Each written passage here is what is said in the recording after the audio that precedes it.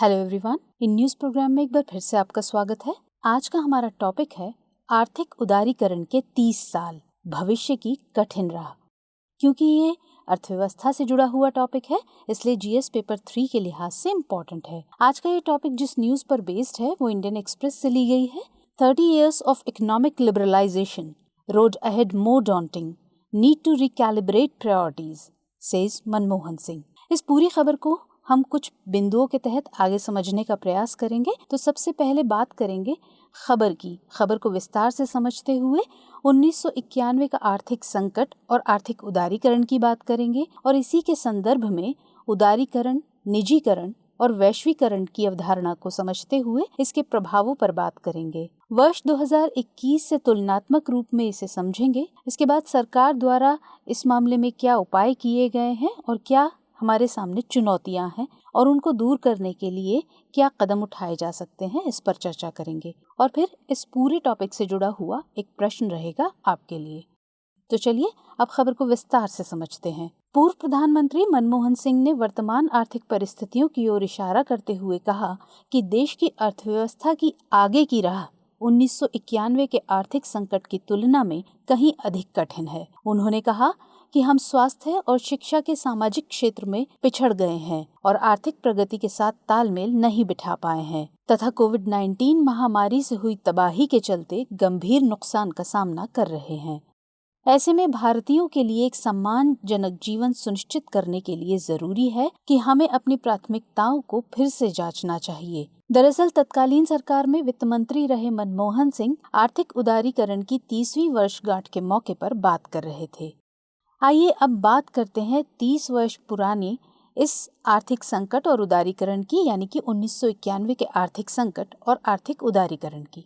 1991 का दौर भारत के विदेशी ऋणों के मामले में संकट का समय था, क्योंकि इस समय सरकार अपने विदेशी ऋणों के भुगतान करने की स्थिति में भी नहीं थी। अधिक घरेलू मांग के कारण आयात में कमी और चालू खाता घाटे यानी सीएडी के बढ़ने की वजह से राजकोषीय घाटे में बढ़ोतरी हो रही थी। सरकार को प्रतिरक्षा और सामाजिक क्षेत्रों पर अपने संसाधनों का एक बड़ा अंश खर्च करना पड़ रहा था और विभिन्न कार्यों पर होने वाले व्यय के चलते अतिरिक्त राजस्व की भी प्राप्ति नहीं हो पा रही थी। विदेशी मुद्रा के सुरक्षित भंडारण में भी गिरावट आ गई थी। साथ ही देश में अंतर्राष्ट्रीय निवेशकों की भी कमी होने लगी थी। अतः देश की अर्थव्यवस्था में महत्वपूर्ण सुधारों की शुरुआत करते हुए वर्ष 1991 में तत्कालीन सरकार द्वारा आर्थिक नीति के लिए एक नया मार्ग प्रशस्त किया गया। सरकार ने विश्व बैंक से $7 बिलियन का ऋण लिया, किंतु इस ऋण के लिए भारत सरकार को कुछ शर्तों को मानना था, जैसे उदारीकरण करना, निजी क्षेत्र पर लगे प्रतिबंधों को हटाना तथा अनेक क्षेत्रों में सरकारी हस्तक्षेप को कम करना।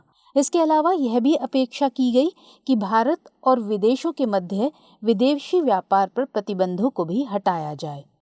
परिणाम स्वरूप भारत सरकार ने नई आर्थिक नीति की घोषणा की, जिसमें व्यापक आर्थिक सुधारों को शामिल किया गया। इसके तहत सरकार द्वारा जारी नीतियों को 3 उपवर्गों उदारीकरण यानी लिबरलाइजेशन, निजीकरण यानी प्राइवेटाइजेशन और वैश्वीकरण यानी ग्लोबलाइजेशन में रखा गया। आइए अब बात करते हैं इस एलपीजी यानी लिबरलाइजेशन, प्राइवेटाइजेशन और ग्लोबलाइजेशन की। सबसे पहले समझते हैं उदारीकरण को। किसी भी देश में आर्थिक गतिविधियों के नियमन के लिए नियम कानून बनाए जाते हैं, परंतु अक्सर यही सब समृद्धि और विकास के मार्ग में बाधा भी बन जाते हैं। उदारीकरण अर्थव्यवस्था के विभिन्न क्षेत्रों को इन्हीं प्रतिबंधों से मुक्त करने की नीति है। इस समय आरंभ की गई सुधारवादी नीतियां पूर्व की अपेक्षा कहीं व्यापक थीं। इसमें औद्योगिक क्षेत्र, वित्तीय क्षेत्र, कर सुधार, विदेशी विनियमन बाजार, व्यापार तथा निवेश पर विशेष ध्यान दिया गया। इसके तहत 6 उत्पाद श्रेणियों सिगरेट, अल्कोहल, इलेक्ट्रॉनिकी, विमानन, जोखिम भरे रसायनों तथा औषधि भेषज के अतिरिक्त अन्य सभी उद्योगों के लिए लाइसेंसिंग व्यवस्था को समाप्त कर दिया गया। भारतीय रिजर्व बैंक को वित्तीय क्षेत्र के नियंत्रक की भूमिका से हटाकर इस क्षेत्र के एक सहायक की भूमिका तक ही सीमित कर दिया गया। इसके अलावा विभिन्न करों की दरों को भी निरंतर कम किया गया और भारत में आयात पर लगे कड़े नियंत्रणों और उच्च प्रशुल्कों का प्रयोग होता था।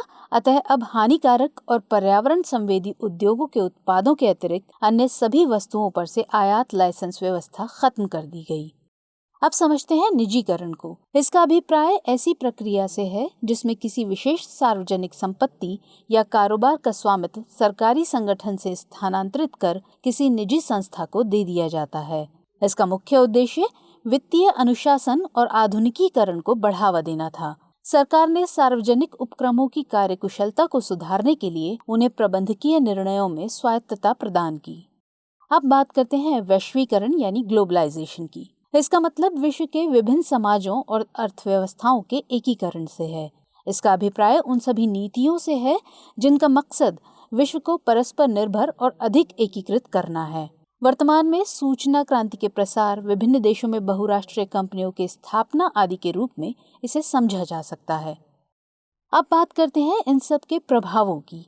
उदारीकरण और निजीकरण नीतियों के जरिए वैश्वीकरण से भारत पर सकारात्मक और नकारात्मक दोनों प्रभाव पड़े।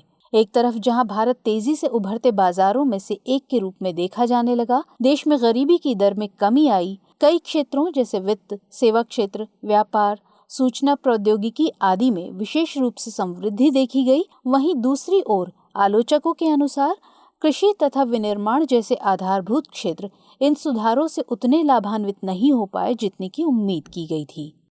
अब वर्ष 2021 से तुलनात्मक रूप में इसे देखते हैं। वर्तमान संकट की बात करें तो ये अधिक मांग के कारण नहीं बल्कि कोविड-19 महामारी के कारण उपजा है। दुनिया के अन्य देशों के साथ साथ भारत भी इस महामारी के प्रभाव से जूझ रहा है।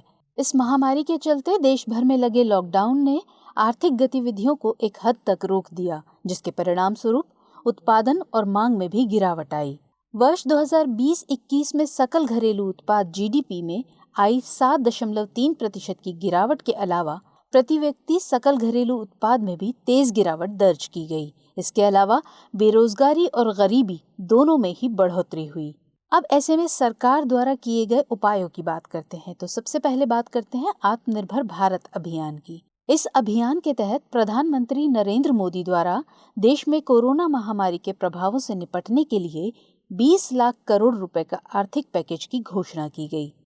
इसके अलावा उत्पादन लिंक्ड प्रोत्साहन स्कीम यानी PLIS की बात करें तो घरेलू विनिर्माण को बढ़ावा देने के लिए सरकार द्वारा शुरू की गई इस योजना का उद्देश्य घरेलू इकाइयों में निर्मित उत्पादों के परिणाम स्वरूप बढ़ती बिक्री पर कंपनियों को प्रोत्साहन देना है। इस योजना को इलेक्ट्रॉनिक उत्पादों, IT हार्डवेयर, फार्मास्यूटिकल्स, ऑटोमोबाइल आदि सहित कई अन्य महत्वपूर्ण क्षेत्रों के लिए मंजूरी दी गई है। इसके अलावा आर्थिक सर्वेक्षण 2020-21 कोविड वॉरियर को समर्पित था और इसमें वी शेप रिकवरी की बात कही गई है। आर्थिक सर्वेक्षण से संबंधित जानकारी के लिए आप आई बटन पर क्लिक करके इससे रिलेटेड वीडियो देख सकते हैं और लिंक डिस्क्रिप्शन बॉक्स में भी दे दिया गया है। अब बात करते हैं अपनी खबर की। इसके अलावा अन्य कई पहलों के साथ साथ राष्ट्रीय स्तर पर चलाया जा रहा टीकाकरण अभियान भी आर्थिक स्थिति को सुदृढ़ करने की दिशा में एक कदम है।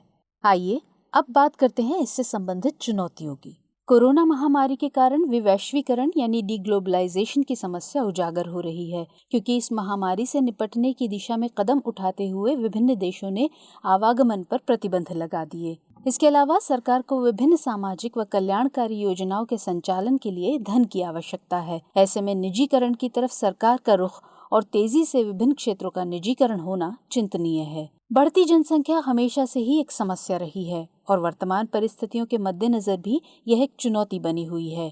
इतनी विशाल जनसंख्या का टीकाकरण कर कोरोना से मुक्ति स्वयं में एक जटिल कार्य है।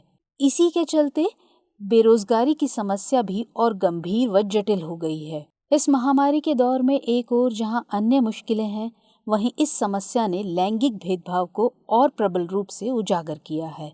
इसका प्रभाव रोजगार आदि मामलों में व्यापक रूप से देखा जा सकता है।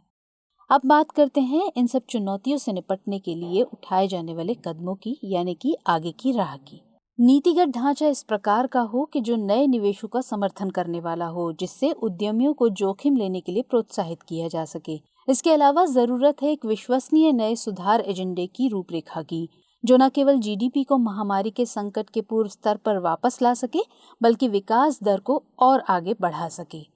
केंद्र व राज्य सरकारों को साथ मिलकर काम करने तथा सुधार के निर्णयों से प्रभावित विभिन्न हितधारकों पर ध्यान देने की आवश्यकता होगी। इसके साथ ही रोजगार परक क्षेत्रों के साथ ही स्वास्थ्य और शिक्षा जैसे क्षेत्रों को भी मजबूती प्रदान करने की आवश्यकता है। आइए अब बात करते हैं आज के प्रश्न की। भारत में आर्थिक उदारीकरण के 30 साल पूरे हुए हैं। इस संदर्भ में भारत की तत्कालीन आर्थिक स्थितियों को स्पष्ट कीजिए। साथ ही वर्तमान में भारत की आर्थिक स्थिति पर एक टिप्पणी कीजिए। तो ये था हमारा आज का टॉपिक।